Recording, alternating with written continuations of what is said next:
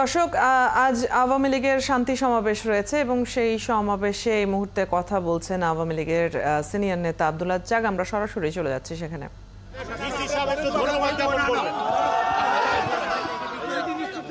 এখানে মাত্র বক্তব্য রাখলেন আওয়ামী লীগের সভাপতি মণ্ডলীর সদস্য সাবেক কৃষি মন্ত্রী ডক্টর আব্দুল রাজ্জাক, এবং সেখান থেকে যে শান্তি সমাবেশের ঘোষণা যেটি এর আগেই তারা দেওয়া হয়েছিল, মূলত এটি পেশাজীবীদের সংগঠন এবং কৃষিবিদদের মূলত সংগঠন এটি। এবং আমরা দেখছি যে আওয়ামী লীগের পক্ষ থেকে গত 2 দিন যে বরাবরই আমরা জানি যে আওয়ামী লীগের পক্ষ থেকে প্রতি বছর এই আগস্ট মাসের প্রথম দিন থেকে একদম শেষ দিন পর্যন্ত নানান কর্মসূচি পালিত হয়, এবং সেই কর্মসূচির অংশ হিসেবে গেল 2 দিন আগে আওয়ামী লীগ জাতীয় শোক দিবসকে সামনে রেখে শোক র্যালির আয়োজন করেছিল।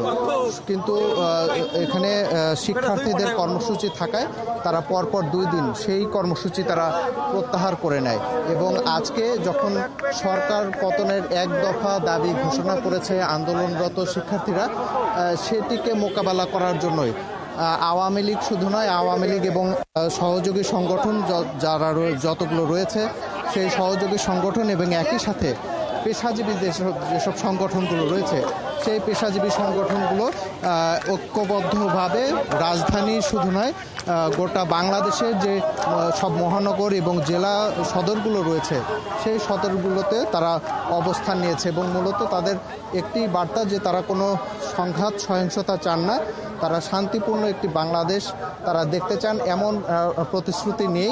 এবং কোনো ধরনের রাজপথে কোনো ধরনের কোনো নৈরাজ্য করতে না দেওয়ার ঘোষণা নিয়ে তারা এখানে জড়ো হয়েছেন। এবং আমরা দেখছি যে এই মুহূর্তে রাজধানীর যে খামারবাড়ি রয়েছে সেই খামারবাড়ি এলাকায় এখানে কৃষিবিদরা জড়ো হয়েছেন, এবং যেখানে যোগ দিয়েছেন আওয়ামী লীগের 2 কৃষিবিদ, সাবেক কৃষিমন্ত্রী ডক্টর আব্দুল রাজ্জাক এবং আওয়ামী লীগের যুগ্ম সাধারণ সম্পাদক বাহাউদ্দিন নাসিম, এবং একই সাথে এখানে বক্তৃতা চলছে।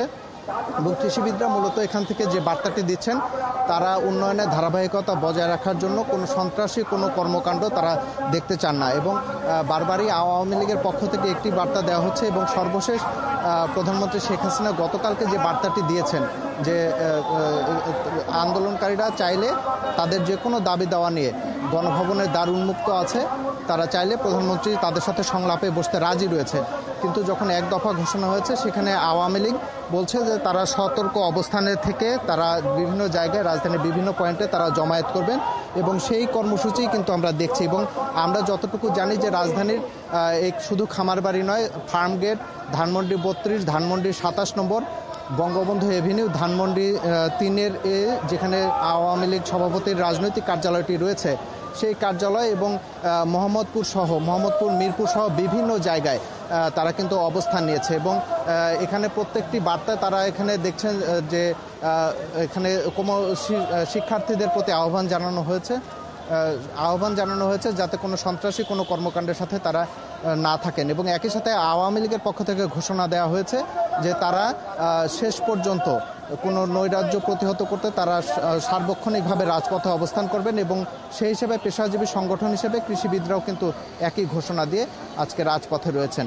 এবং আমরা আজকে দেখছি যে বিভিন্ন জায়গায় এই কর্মসূচিগুলো রয়েছে, এবং আওয়ামী লীগ নেতাদের পক্ষ থেকে একটি কথা বলা হচ্ছে যে তারা সব ধরনের সন্ত্রাস নৈরাজ্যের বিপক্ষে দাঁড়িয়ে থাকবেন, এবং যতক্ষণ না পর্যন্ত শান্তি আসবে বা নৈরাজ্য প্রতিহত করার জন্য তারা সার্বক্ষণিকভাবে প্রস্তুতি নিয়ে রেখেছেন।